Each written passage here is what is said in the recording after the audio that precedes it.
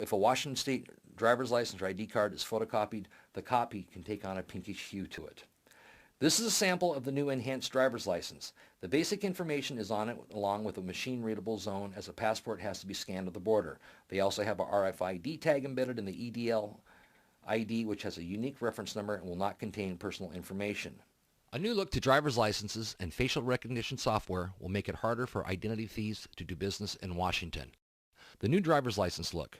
The DOL is expanding the use of facial recognition technology, a security measure already used in the Enhanced Driver's License Program, to safeguard regular driver licenses and ID cards. Changes to the driver's license are coming as well. By shifting the picture to the left side and adding an identical but smaller shaded photo on the right, the licenses will be harder to fake. Essentially, a math-based facial mapping system, the software creates unique facial templates based on each driver's license or ID card photo to identify potential matches of the same face associated with different names. From there, the Department of Licensing investigators take over the case, examining actual photographs and other information to determine if criminal activity, including identity theft, is occurring. The length of the Washington State driver's license / identification card has changed from 5 years to 6 years. The styles that are valid for 5 years are these. For persons who are 21 years of age or older, they would have received a horizontal driver's license / identification card, while those under the age of 21 would have received a vertical driver's license / identification card. Currently issued driver's licenses and identification cards look like this. Vertical format for those under the age of 21, and a horizontal format for those who are 21 years of age or older when the license was issued. This is what a CDL license looks like. The enhanced driver's license has not changed. This is a sample of the temporary license being issued. Remember to always ask for a second piece of identification when the temporary driver's license / identification card is presented. Checking an ID is more than you think it is. The Liquor Control Board does what are called compliance checks. The way a compliance check works is this. The Liquor Control Board will hire individuals who are 17 to 20 years of age and send them in to purchase alcohol or tobacco. They use their own ID. An agent may already be inside to observe what happens. One might accompany the minor, or one might follow them in. Usually there is another agent outside. It is a very controlled situation. The problem is 16% of the time the minor is served or sold alcohol. Half the time the ID is never asked for, or the other half it is looked at but not really checked.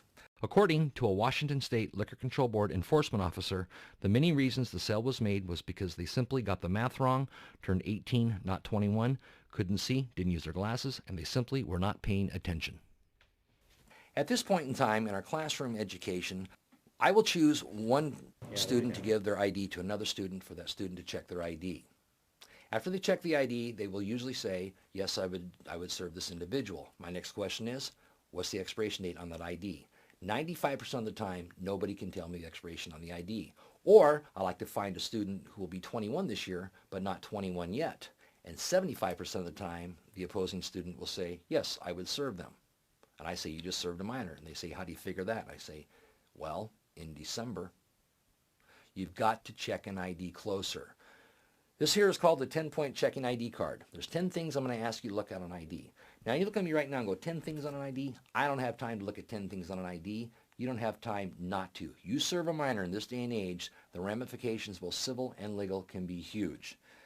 Number one, you want to look at the expiration date. If an ID is expired, it is not valid. Number two, the photograph.